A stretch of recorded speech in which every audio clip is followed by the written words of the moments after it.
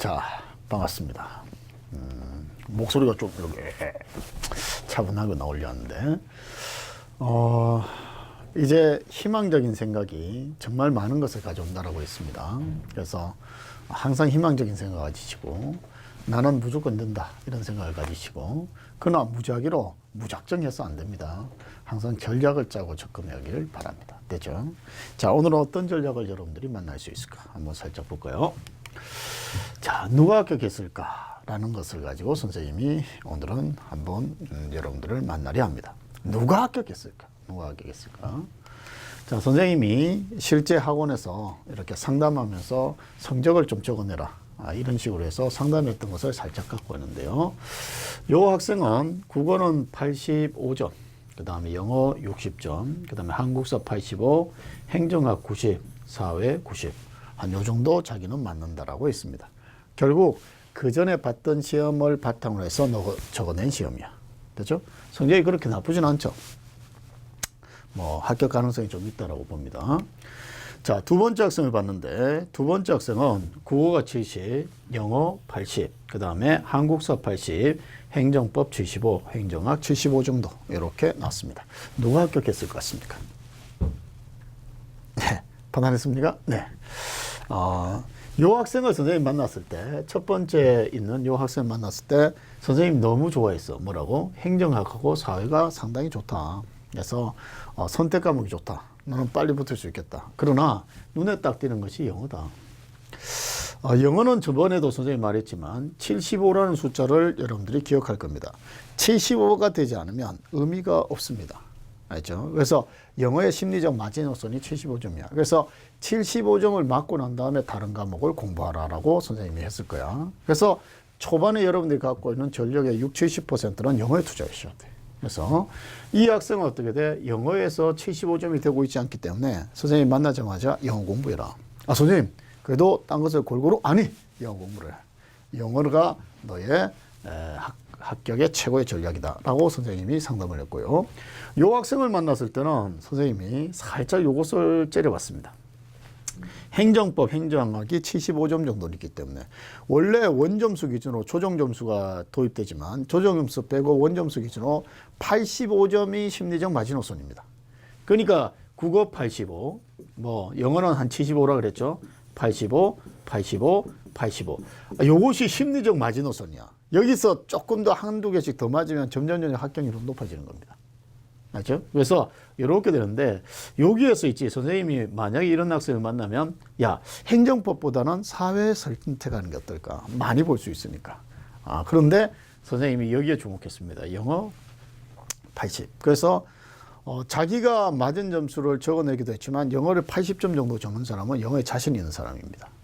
나는 영어 싫어하지 않아. 그래서 선생님이 딱 물었죠. 영어 싫어하니? 싫어하지 않는데. 됐어. 그러면 이 과목으로 그대로 가도 돼. 어디를 봐도 너는 붙을 수 있어. 라고 했죠. 그리고 영어는 계속 가져가야 돼. 알았지? 만점을 맞죠. 만점을 맞으면 끝나는 거야. 그래서 선생님이 두 가지 전략을 제시했습니다. 자, 어떻게 됐을까? 누가 붙었을 것 같습니까? 네. 이 학생은 있지. 이 학생은 선생님이 영어를 진짜 열심히 하라고 했는데 국어 85, 한국사, 그 다음에 행정학, 사회 거의 우리가 말하는 심리적 마지노선을 넘었잖아. 그러니까 결국 어떻게 돼? 조금만 더 열심히 하면 다른 것이 영어를 상쇄할 수 있으리라고 생각합니다. 그래서 영어에 투자하는 전력을 약간 딴 과목에 분산시켜서 만점을 노리는 전략으로 갔다가 정확하게 떨어집니다. 이 학생은 있지, 영어를 계속 감을 유지하면서 실제 시험에서 심리적 마지노선을 넘어서 당당하게 행정직에 합격하게 됩니다. 자, 거의 있지, 전략을 세우고 선생님이 길을 제시했는데 실제 자기 생각으로 가버린 거죠. 혹시 여러분 성적에 이런 정도, 다른 과목은 거의 퍼펙트하게 합격선에 올라서 영어가 나는 약하다는 사람은 대단히 위험합니다. 빨간불이 들어온 겁니다. 영어는 75점. 어떤 시험을 봐도 75점을 심리적 마지노선으로 놓고 공부해 주셔야 됩니다. 되죠? 자, 그러면 선택 과목도 여러분들이 선택의 수월성에 의해서 선택할 수 있고요. 충분히 최대한 빨리 합격할 수 있다는 거예요. 됐죠? 이 길로 여러분들이 갔으면 좋겠습니다. 됐죠? 자, 그 다음 두 번째. 자, 이 학생들은 어떨까? 네. 국어 85, 그 다음에 영어 85, 한국사 90, 세법 회계 이렇게 왔습니다. 됐나요? 자, 65, 85 이렇게 되네요. 세법이 되게 약하다는 것이 보입니다. 됐죠? 자, 이 학생 어떻나요? 자, 이 학생은 국어 90, 영어 30, 한국사 100, 행정법 75, 사회 90입니다. 자, 이 학생을 만났을 때 선생님이 어떻게 했을까? 야, 너 세무직 되고 싶어? 예. 저는 세무직 공무원이 아니면 의미가 없습니다. 다른 공무원 나는 의미가 없습니다. 딱 하더라고. 세무직은 저번 시간에 뭐라 했죠? 그래. 국가직 하나만 노려야 된다 했지. 국가직 하나만. 그래서 정말 있지 열심히 해야 되는데 이 학생은요. 영어가 85점을 딱 맞고 있기 때문에 즉 심리적 마지노선을 충분히 넘어섰기 때문에 가능성이 있습니다. 근데 문제는 뭔가 하면 여기죠. 세법과 회계 정통으로 갔는데요. 정통으로 갔는데 실질적으로 다른 곳으로 이렇게 도망갈 수가 없습니다. 왜? 전공 과목을 선택해 버렸기 때문에. 얘는 오직 세무직만 볼 수 있어. 선생님이 약간 상담하면서 약간 이렇게 주저해서 이 선택 과목을 살짝 바꾸고 그러면 얘는 어떻게 생각하느냐? 세법이 65번이니까 세법을 빼고 여기다 사회나 행정학을 넣으면 어떨까요, 선생님? 이런 사람이 있어. 그러면 선생님이 안 돼! 그죠? 왜? 어차피 한 과목을 바꿔서는 다른 직렬을 볼 수가 없습니다. 왜? 회계가 여기를 자리를 잡고 있기 때문에 세무직 말고는 딴 데를 볼 수가 없다는 거야. 뭔 말인지 이해됩니까 이게? 그래서 선생님이 어떻게 돼? 야, 바꾸지 마. 세법 충분히 너는 극복 가능해. 왜? 영어가 안정적으로 나오고 있기 때문에. 그래서 그냥 너는 세무공무원이 너의 정말 천직이라 생각하고 그것만 되고 싶어 하잖아. 너는 이대로 가도 돼. 그 대신 실전 문제에 가면 세법은 계산해야 돼. 회계, 세법이 아니고 회계 막 계산해야 돼. 계산을 좀 빨리 하자. 그래서 실전 문제를 다른 학생들보다 한 2배 정도 더 풀었으면 좋겠다. 다른 애들 한 2회 풀 때 나는 4회. 계속 선생님이 독려했습니다. 그래서 드디어 세무직 공무원이 됐던 학생입니다. 즉 얘가 붙었습니다. 얘는 어떻게 돼? 여기에 얘는 보이는지 모르는데 자세히 보면 2015년 뭐 이렇게 돼 있어. 아직까지 공부하고 있습니다. 매년 선생님 만나서 영어로 하자. 영어로 하자. 영어로 하자. 영어로 하자. 정말 그 학생 얼굴 보는 것 자체가 무섭습니다. 다시 와서 선생님 영어를 하자. 근데 여러분 있지. 공무원 시험은요. 한번 시험을 쳐본 사람은 있겠지만 한 시험을 보고 1년 뒤에 시험 보는 게 아닙니다. 2달 뒤에도 있고 3달 뒤에도 있고 그 다음에 5달 뒤에도 있고 계속 시험이야. 계속 시험인데 근본적으로 영어의 질적인 변화를 가져올 수 있는 시간 확보를 하지 않으면 계속 오는 시험에 기대감을 가지면서 계속 헛바퀴 돌듯이 돌기만 도는 거야. 이 학생한테 선생님이 그랬거든. 다 때려치고 정말 그런 학생이 있습니다. 선생님 가르친 학생 중에 영어를 하지 않다 하니까 갑자기 남학생이 사라졌어. 그리고 1년 뒤에 나타났어. 여기 나서서 뭐 했니? 영어만 했습니다. 딱 하더라고. 그 학생 지금도 잊을 수 없습니다. 바로 붙었습니다. 뭔가 하면 어디를 어떻게 공략하느냐에 따라서 어떤 점수를 가지느냐에 따라서 완전 이 게임은 끝나는 거야. 근데 이렇게 30점 맞고 매년 30점, 40점, 40점, 30점 매년 이거 봐봐. 거의 완벽하게 맞아도 안 됩니다. 이런 학생. 이런 학생은 정말 공무원계에 남을 것인지 말 것인지 고민해야 됩니다. 15, 16, 17, 18, 19. 너무 많지 않나요? 매몰 비용이 너무 많아. 이제 떠날 수도 없어. 그렇다고 있을 수도 없어. 고신앙인이 돼버린 거죠. 너무나 보면서 안타깝습니다. 알죠? 그래서 반드시 여러분들이 이런 것을 봤을 때 다른 과목에 욕심을 내지 마시고 이 사람은 다 때려치고 한 1년 정도 영어만 공부하는 것도 좋습니다. 영어 공부한다고 되는 게 아니고 진짜 제대로 공부해야죠.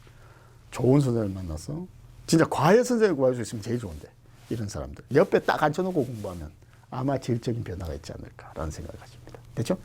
자, 다시 정리합니다. 심리적 마지노선이라는 게 있어. 모든 과목에. 영어는 75. 75가 되지 않으면 합격한다는 것을 생각하지 말자.